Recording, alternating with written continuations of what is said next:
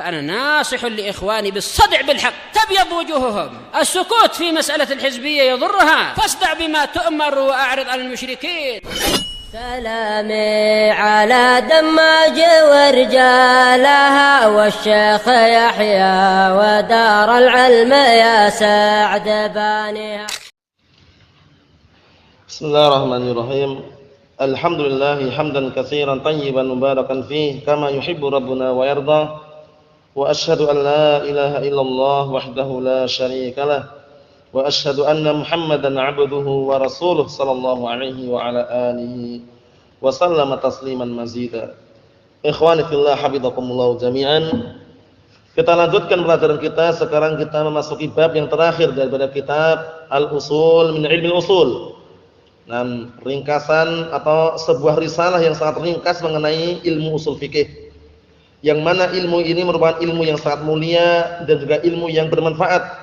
Walaupun dikenal dengan ilmu wasilah, ilmu perantara, namun sangat berfaedah dan penting sekali. Nah, dan selayaknya bagi talabul ilm, penuntut ilmu untuk memahami dan mengerti daripada sedikit atau secara global mengenai usul fikih ini. Karena dengan dia mengenal dan mengetahui ilmu usul fikih, barakallahu fikum, dia akan mengetahui hukum-hukum syar'iyyah. Nah, barakallahu fikum, dan akan bisa istinbat, mengeluarkan sebuah hukum dari dalilnya. Nah, paham ya? Sebuah dalil yang masih global itu butuh rincian enggak biasanya? Butuh rincian, dan rincian untuk mengeluarkan hukum dari yang masih global tersebut di antaranya perlu belajar ilmu usul fikih ini. Paham ya? Misalkan hadis, nah barakallahu fikum, atau dalam artian apa, ayat yang masih global, dalam artian globalnya apa? Cuma sekedar perintah. Tapi perintahnya itu menunjukkan wajib atau tidak, itu kan enggak dijelaskan. Sebagaimana firman Allah Subhanahu wa taala, wa'tasimu bihablillahi jami'an wala tafarraqu. Berpegang teguhlah kalian semuanya dengan tali Allah, itu Al-Qur'an As-Sunnah. Nah, lafaz berpegang teguhlah perintah enggak ini? Perintah. Nah, kita kalau sudah belajar ilmu usul bisa mengambil kesimpulan bahwasanya wajibnya kita semuanya berpegang teguh dengan apa? Dengan tali Allah Subhanahu wa taala. Langsung bisa menyimpulkan seperti itu. Mana dalilnya? Wa'tasimu bihablillahi jami'an wa la tafarraqu. Sisi pendalilannya mana? Sisi pendalilannya adalah wa'tasimu, perintah, amr dari Allah Subhanahu wa taala. Wal aslu fil amr yadullu 'alal wujub. Hukum asal daripada sebuah perintah menunjukkan wajibnya perbuatan tersebut, berarti wajib kita bersatu di atas Al-Qur'an dan As-Sunnah. Ya kan? Bisa menjabarkan, bisa merinci, bisa juga mengeluarkan hukum dari dalil yang global. Dengan apa? Ilmu usul fikih tadi. Paham ya? Adapun kaidah fikihnya, nah al-qawaidul fikihnya, kaidah-kaidah masalah fikih, itu pembahasannya nah barakallahu fikum mengenai kaidah yang sifatnya global dan umum. Barulah nanti dari kaidah yang umum tersebut, nah barakallahu fikum, muncul kaidah-kaidah yang kecil yang semuanya masuk pada kaidah yang umum tersebut. Yang disebutkan para ulama ada 5 kan? Ada 5. Al-umur bimaqasidiha, la darar wa la dirar. Kemudian al-yaqin la yazul bisyak. Kemudian apa? Al-masyaqqah tadribut taysir.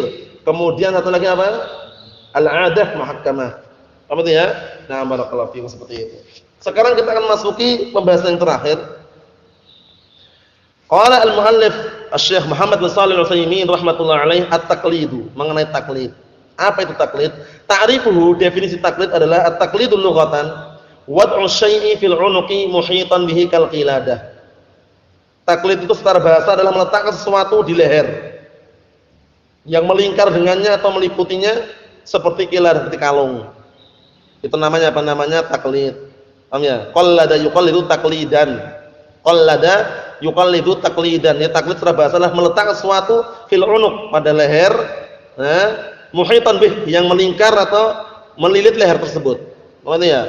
Nah, kal qiladah, seperti apa? Qiladah, kalung. Oh, kalung kan? Nah, itu secara bahasa. Namun perlu diperhatikan, kita bukan maknanya mencari untuk taklid, bukan, tapi yang kita cari adalah dalil, bagaimana caranya. Dan seringnya kita dulu mungkin awal mula belajar, seringnya ngikut saja kan, celananya potong sampai di atas kaki kita potong. Belum tahu dalilnya, ngikut saja. Nah, namun manakala yang kita ikuti itu punya dalil, barakallahu fikum, yang kita ikuti itu punya dalil, kemudian punya hujahnya, tidak sembarangan ikuti itu dikatakan tahapan dalam pencarian ilmu seperti itu. Paham ya? Nah, namun nanti beliau sebutkan apa? Memang ada beberapa keadaan yang dibolehkan taklid. Paham ya? Bukan taklid tercela tapi ya. Nah, taklid yang tercela itu benar ataukah tidak, keliru ataupun enggak, ikutin terus. Paham ya? Tanpa melihat situasi kondisi tempatnya. Nanti kita lihat. Karena barakallahu fikum, yang namanya ilmu itu bukan taklid.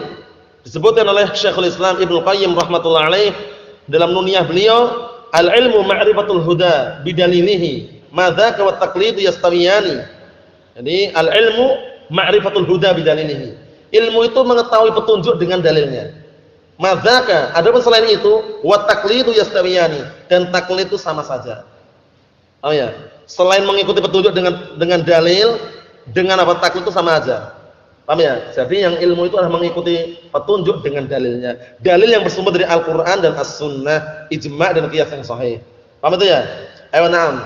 Kemudian juga barakallahu fikum disebutkan dalam Waraqat Imriti, nanti bisa dicek sana ya kalau tidak salah itu ya, mengenai definisi dari taklid.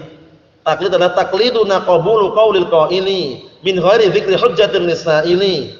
Taklid itu menurut kami qabulu qaulil qaili, menerima ucapan yang orang yang berkata, min ghairi dzikri hujjatin lisaili, tanpa menyebutkan hujjah bagi orang yang bertanya. Ini hukumnya apa? Boleh. Ini hukumnya haram. Dia enggak nyebutin hujjah, cuman munculnya dari hawa nafsu atau mungkin yang cocok dengan hawa nafsu dia. Paham itu ya? Nah, akhirnya dia ikutin. Adapun kalau kita mengikuti orang yang itu ada hujjah seperti Rasulullah, paham ya? Nah, ucapannya itu hujjah.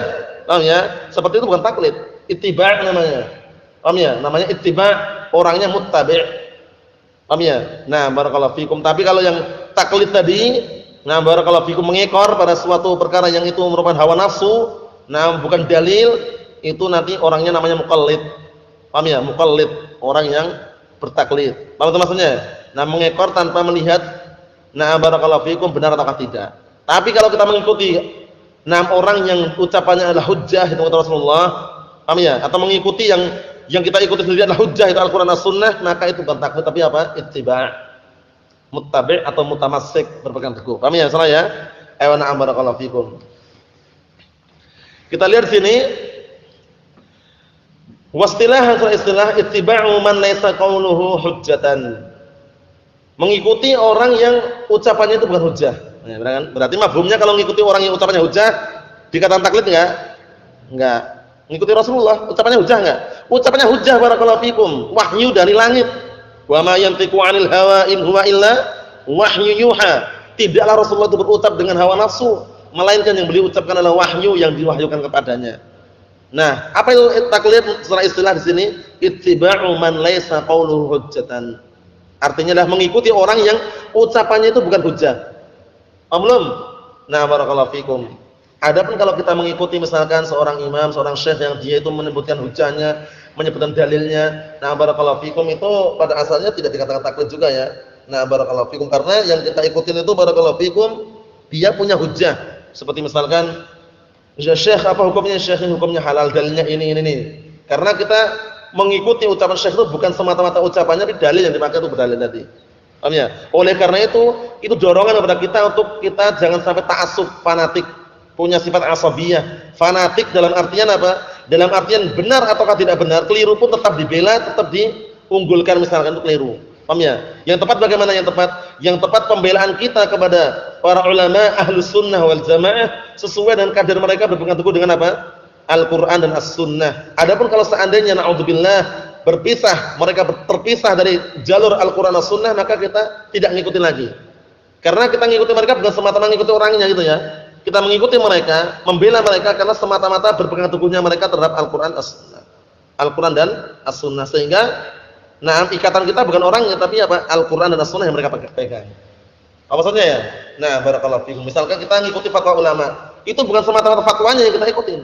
Paham ya? Di dalam fatwa tersebut berseberangan enggak dengan dalil? Sesuai enggak dengan dalil Al-Qur'an Sunnah? Kalau sesuai dengan dalil Al-Qur'an Sunnah, kita mengikuti fatwa ulama tersebut bukan semata-mata fatwanya, namun dalil yang dipakai untuk berfatwa. Apa maksudnya itu? Barakallahu fikum. Karena kalau kita mengikuti fatwa ulama, semata-mata fatwanya itu enggak tepat. Paham ya? Namun fatwanya cek dulu, fatwanya sesuai dengan dalil enggak? Sesuai dalil Al-Qur'an Sunnah enggak? Kalau sesuai dengan dalil maka boleh kita ikutin. Itu pun bukan semata-mata fatwanya, karena semata-mata mencocoki dalil Al-Qur'an dan As-Sunnah. Oleh karena itu Imam Imam Malik, Imam Darul Hijrah Abu Abdullah, sebagaimana dinukilkan oleh Imam Ibnu Abdul Bar dalam kitab Jami' Bayanul Ilm wa Fadlih, beliau mengatakan, "Innama ana basyarun." Hanya saja aku manusia biasa. "Fangduru fi ra'yi," kata beliau, lihatlah pada pendapatku. "Fakullama wafaqal kitab was sunnah fakhudhu bih." Selama pendapatku, pemikiranku, fatwaku mencocoki Al-Qur'an dan Sunnah, maka ambillah. Bayangkan, beliau enggak nyarankan ambillah fatwa Al-Qur'an dan Sunnah, selama mencocoki. Nah, wa kullama lam yuwafiqil kitab was sunnah fatruquh, kata beliau. Namun selama fatwaku tidak mencocoki Al-Qur'an dan Sunnah, menyelisihi Al-Qur'an dan Sunnah, maka tinggalkanlah. Berarti beliau sendiri tidak mengajak untuk taklid. Beliau pasti mengarahkan, lihat dulu fatwaku ini mencocoki dalil atau enggak. Kalau iya, ambillah, silahkan, tafadhol. Kalau tidak, tinggalkanlah. Mengajak untuk apa? Kembali pada dalil Al-Qur'an dan As-Sunnah. Itu perlu diperhatikan itu. Nah, jadi pengertian ini bagus sekali ya. Wastilahan ittiba'u man laysa qawluhu hujjatan, mengikuti orang yang ucapannya bukan hujjah. Fa kharaja bi qaulina man laysa qawluhu hujjatan ittiba'un. Na'am barakallahu fikum, ittiba'un Nabi sallallahu alaihi wasallam, wa ittiba'u ahli ijma', wa ittiba'u sahabi. Perhatian ini. Keluar dengan ucapan kami, itu orang yang ucapannya bukan hujjah adalah mengikuti Rasulullah sallallahu alaihi wasallam. Karena Rasulullah ucapannya hujjah enggak? Hujjah. Wa ittiba'u ahli ijma', dan juga mengikuti na barakallahu fikum ijma'. Ya, para ulama yang berijma', itu karena ijma' juga hujjahan itu. Paham ya? Na barakallahu fikum. Wa ittiba'us sahabi, dan juga mengikuti sahabat manakala tidak berseberangan dengan apa? Syariat Rasulullah sallallahu alaihi wasallam. Karena apa? Karena para sahabat ucapannya juga hujjah selama tidak berseberangan dengan apa? Ucapan Rasulullah sallallahu alaihi wasallam, atau tidak berseberangan dengan syariat Rasulullah sallallahu alaihi wasallam. Paham itu ya, insyaallah ya? Ijma' pun kemarin juga sudah kita bahas syarat-syaratnya. Naam. Idza qulna anna qawlahu hujjatun. Apabila kita mengucapkan, apabila kita berpendapat bahwasanya ucapan sahabat itu hujjah. Apa itu maksudnya ya? Karena ada perselisihan, ada yang mengatakan ucapan sahabat bukan hujjah, ada yang mengatakan ucapan sahabat hujjah. Namun yang rajih apa kemarin? Bisa jadi hujjah manakala apa? Tidak berseberangan dengan syariat atau na barakallahu fikum ucapan Rasulullah sallallahu alaihi wasallam. Paham maksudnya ya? Naam. Kata beliau di sini, "Falisamma ittiba'u syai'in min dzalika taqlidan." Maka tidak dinamakan taklid mengikuti salah satu di antara perkara-perkara tersebut. Maka tidak dinamakan dengan taklid mengikuti salah satu daripada perkara-perkara tersebut. Mengikuti Nabi sallallahu alaihi wasallam bukan taklid. Mengikuti ijma' juga bukan taklid. Mengikuti sahabat yang tidak berseberangan dengan dalil juga apa? Bukan taklid. Paham ya? Nah, barakallahu fikum. Li'annahu ittiba'un lil hujjah, karena itu mengikuti hujjah. Lakin qad yusama taqlidan ala wajhil majaz wa tawassu'. Tapi secara tidak langsung, perhatikan. Namun secara tidak langsung tetap dinamakan taklid. Namun apa? Berdasarkan apa? Sisi majaz dan tawassu', berluas-luasan ataupun majaz. Secara majaz ini taklid ini. Nah, seperti itu. Padahal sudah kita jelaskan yang enggak ada majaznya. Tidak ada majaz dalam Al-Qur'an maupun dalam As-Sunnah maupun dalam bahasa Arab. Yang ada adalah uslubun min asalibil Arab. Paham ya? Tata cara atau gaya bahasa orang Arab. Paham salah ya? Semuanya adalah hakikat. Nah, hakikat itu ada 3, hakikat urfiyah, hakikat lughawiyah, sama hakikat apa? Syar'iyyah. Paham ya? Hakikat lughawiyah seperti misalkan as-shalah. Salat itu secara bahasa apa? Doa. Hakikat enggak itu? Hakikat secara bahasa. Kemudian secara syariat apa? Naam harakatun makhsusatun fi waqtin makhsus, fi syakhsin makhsus, bi qira'atin makhsusah, ya kan? Seperti itu contohnya. Gerakannya khusus pada orang yang khusus di waktu yang khusus dengan bacaan yang khusus, allati awwaluha takbir wa akhiruha taslim. Ya kan? Yang awalnya takbir ihram, diakhiri dengan salam. Itu secara syariatan itu. Nah, namun secara bahasa apa? Doa, salat itu doa. Innallaha wa malaikatahu yusholluna 'alan nabi, itu bukan salat maksudnya, bukan salat takbir itu bukan. Maksudnya berdoa, menyanjung. Paham ya? Nah, barakallahu fikum, perlu diperhatikan itu. Ya ayyuhalladzina amanu shallu 'alaihi wa sallimu taslima. Itu juga namanya doa, mengandung makna sana, pujian, sanjungan. Nah. Apa maksudnya ya? Nah, jadi kalau kita sholawat untuk Rasulullah, itu maknanya kita meminta kepada Allah Ta'ala sanjungan dan pujian agar diberikan kepada Rasulullah SAW. Tapi kalau sholawat Allah Subhanahu Wa Ta'ala untuk Rasulullah atau untuk hamba-hambanya, itu maknanya apa? Maknanya pujian dan sanjungan Allah Ta'ala di hadapan penduduk langit. Betul ya? Nah,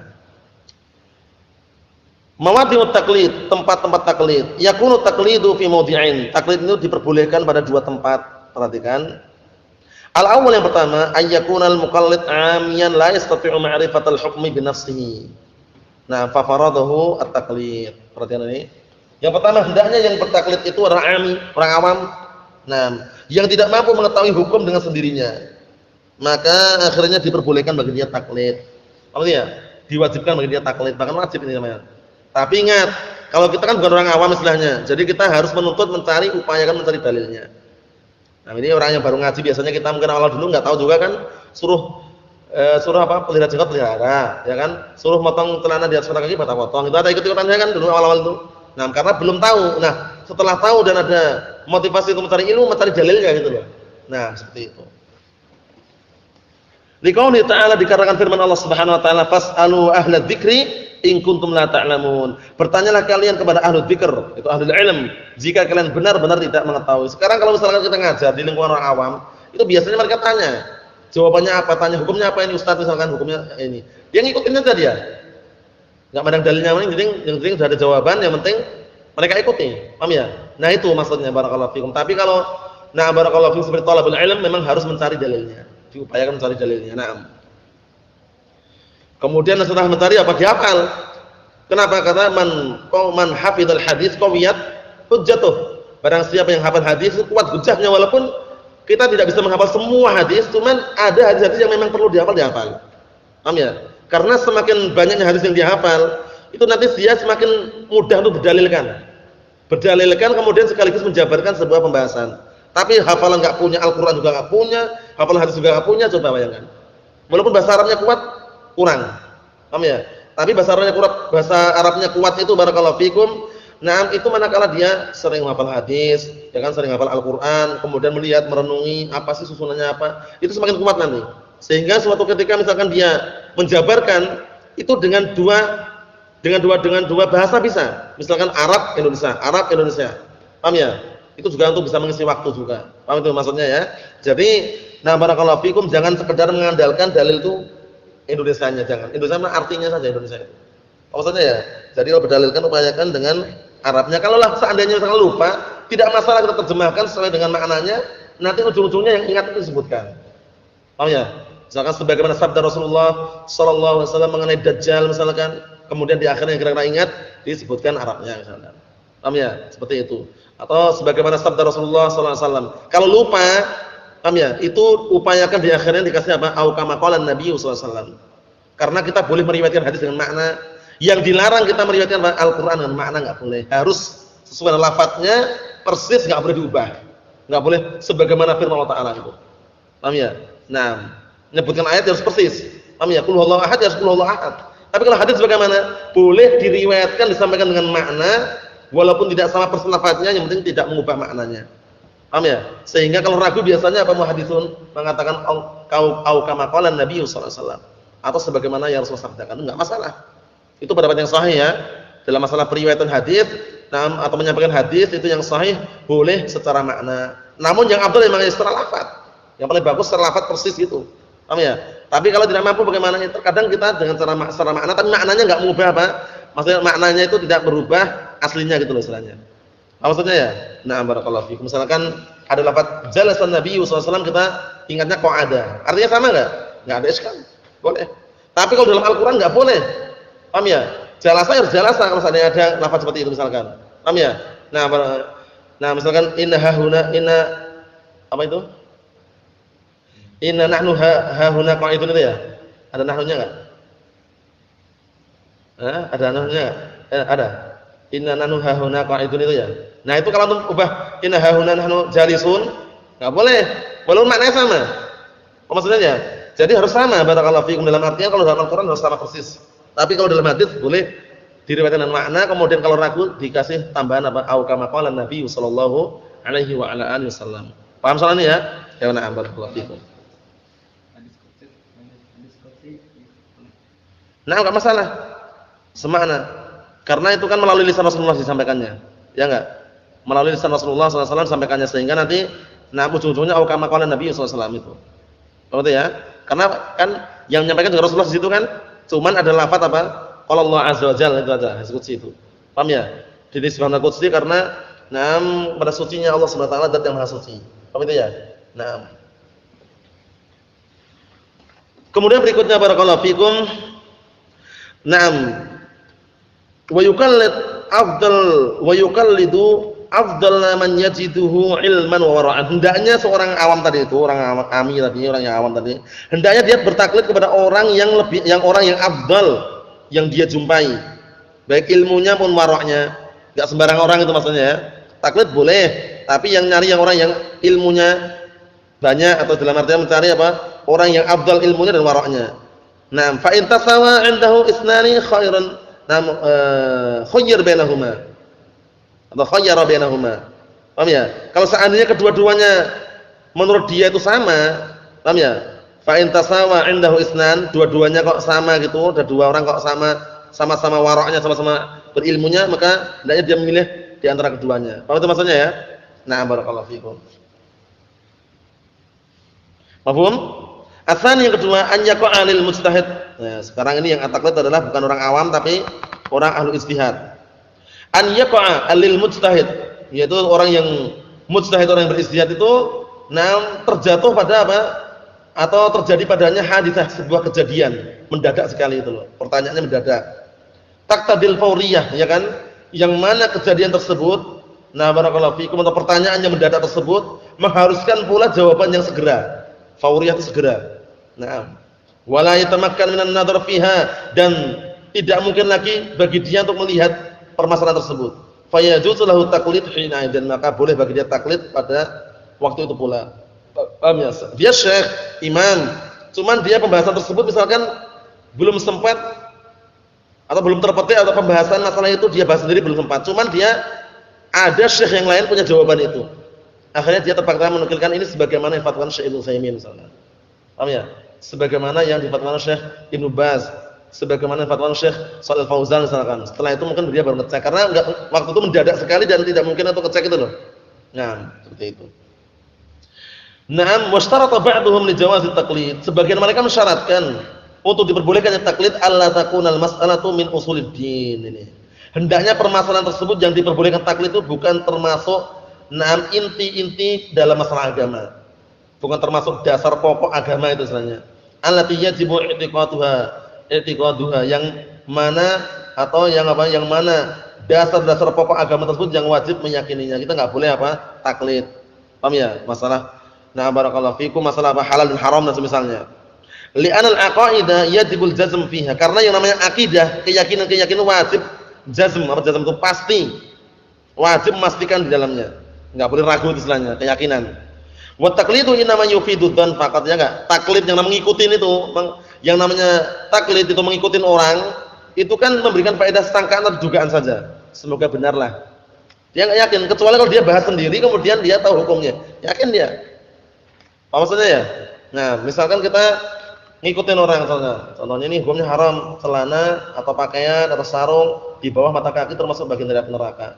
Dipotonglah, akhirnya kita potong. Sebelum kita tahu ilmunya, sebelum kita tahu hadisnya, mungkin kita kan masih dugaan sangkaan, semoga seperti itulah. Masih belum yakin itu loh.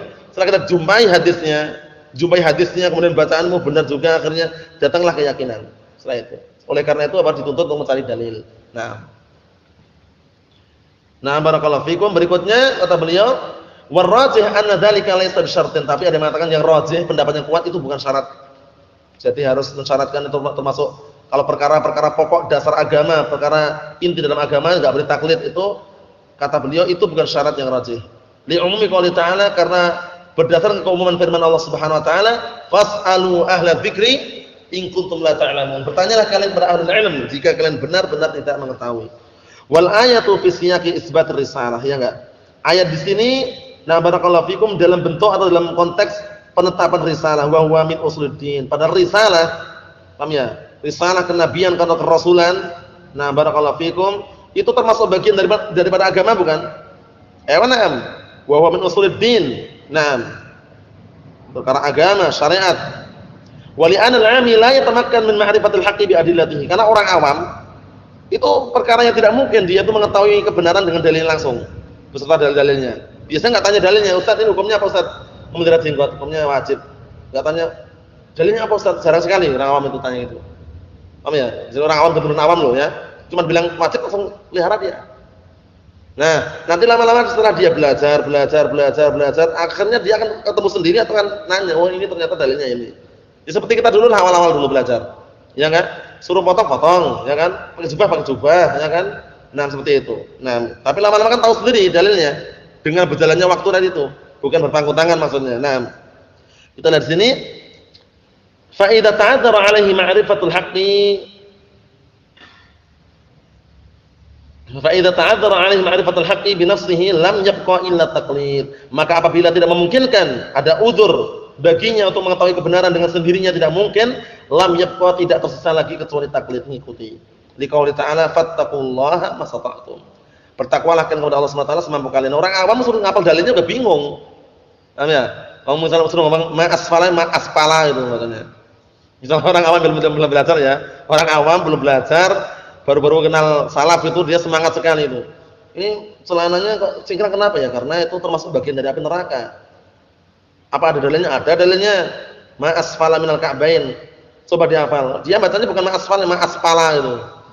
Paham ya? Itu dalam artian susah lah bagi mereka yang pemula untuk langsung menghafal dalilnya itu. Yang jelas kita tunjukkan ada dalilnya. Paham ya? Dalilnya Arabnya kalau misalkan ada terjemahannya, nih terjemahannya dalilnya ini. Tunjukkan saja. Paham ya? Walaupun dia belum menghafal atau tidak mungkin dalam artian tidak mampu menghafal, semampunya. Fattaqullaha mastata'tum. Adapun talibul ilm, penuntut ilmu yang dia memang pekerjaannya mencari ilmu dalam artian untuk mengetahui kebenaran dan mengetahui dalil, maka wajib bagi mereka semampunya juga menghafal. Paham ya itu? Nah, seperti itu. Kita lihat di sini barakallahu fikum anwa'ut taklid. Jenis-jenis taklid. At-taklidu naw'an. Taklid itu ada dua jenis. 'amun wa khasun. Taklid yang sifatnya umum dan taklid yang sifatnya apa? Khusus. Apa maksudnya ya? Na'am barakallahu fikum. Fal'amu, adapun taklid yang sifatnya umum barakallahu fikum, an yaltazima madhhaban muayyanan ya'khudhu bi rukhasihi wa 'azaimihi fi jami' umurid dinih ini. Taklid yang sifatnya umum adalah seseorang itu berpegang teguh dengan madhab tertentu. Paham ya? Menganut madhab tertentu, Maliki, Syafi'i, Hambali misalkan. Nah, dia mengambil keringanan-keringanan madhab tersebut, mengambil perkara-perkara yang berat dalam madhab tersebut pada seluruh perkara-perkara agamanya. Nah, ini taklid yang umum ini. Misalkan dia, pokoknya aku ngikuti madhab Imam Ahmad semua perkara. Kalau ada madhab yang dibawa oleh pendapat dibawa oleh Imam Syafi'i walaupun benar, enggak mau, tetap mengikuti madhab Imam Ahmad. Nah, itu namanya taklid yang berbahaya seperti itu ya. Na'am barakallahu fikum. Jadi perlu diperhatikan karena apa? Karena intinya barakallahu fikum kita Ahlus Sunnah itu tidak bermadhab dengan madhab muayyan. Kita enggak mengatakan kami Maliki, Hambali, Syafi'i, Hanafi, tidak. Kita adalah Ahlus Sunnah wal Jamaah, yaitu orang-orang yang senantiasa mengikuti as-sunnah dan berjamaah. Nah, maksudnya adalah apa? Berpegang teguh di atas al-haq dan mengikutinya. Paham ya? Baik pada pendapat Imam Ahmad ada kebenaran, ambil. Pada Imam Syafi'i ada kebenaran, ambil. Pada misalkan pendapat Abu Hanifah ada kebenaran, ambil. Ya, pada pendapat Imam Malik ada kebenaran, ambil. Paham itu ya? Nah, bukan ta'assub madhabi. Pokoknya kalau bukan madhab Imam Ahmad, kamu enggak mau. Harus ngikuti Ahmad bin Hambal misalkan. Hambali misalkan. Nah, itu taklid yang dilarang, paham ya? Karena apa? Karena sandaran kita ini intinya apa sih? Dalil kan? Dalil Al-Qur'an dan Sunnah. Oleh karena itu Ahlus Sunnah itu enggak bermadhab dengan madhab yang tertentu. Bukan Maliki, bukan Syafi'i, bukan Hambali. Bukan pula Hanafi, tapi Ahlus Sunnah wal Jamaah. Sunniyun, Salafiyun. Sunniyun karena memang nisbah kepada as-sunnah. Paham ya? Salafiyun karena memang meniti jejaknya generasi para salaf, nisbah kepada para salaf. Oleh karena itu, kalau yang datang dari Imam Syafi'i, Imam Ahmad, Imam Malik, Imam Abu Hanifah, kebenaran ambil. Tanpa kita apa? Ta'assub dengan madhabi.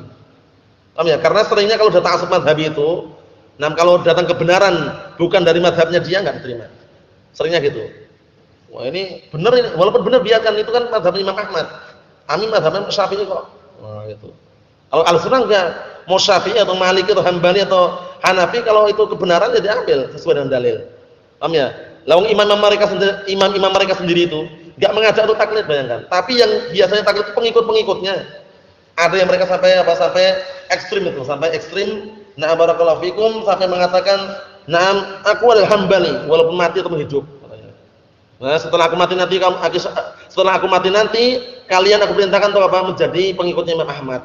Ada yang sampai seperti itu. Ada juga, nah barakallahu fikum, yang fanatik benci dengan Imam Syafi'i. Nah, tidak ada di dunia ini manusia yang lebih apa? yang lebih jahat melainkan Muhammad bin Idris, yang lebih jahat daripada iblis melainkan Muhammad bin Idris katanya. Syafi'i itu maksudnya. Karena fanatik mazhabi tadi. Paham ya? Saling menjatuhkan mazhab yang ini, mazhab yang ini. Paham ya? Ada juga yang fanatik dia ta'assub dengan Imam Syafi'i. Paham ya? Nah, ana Syafi'iyun, aku ada Syafi'i. Walaupun hidup ataupun mati. Wa idza mittu, jika aku mati, fatasyaffa'u. Menjadilah kalian Syafi'i juga. Maknanya mengikuti apa? Mengikuti pendapatnya Imam Syafi'i. Itu keliru ya.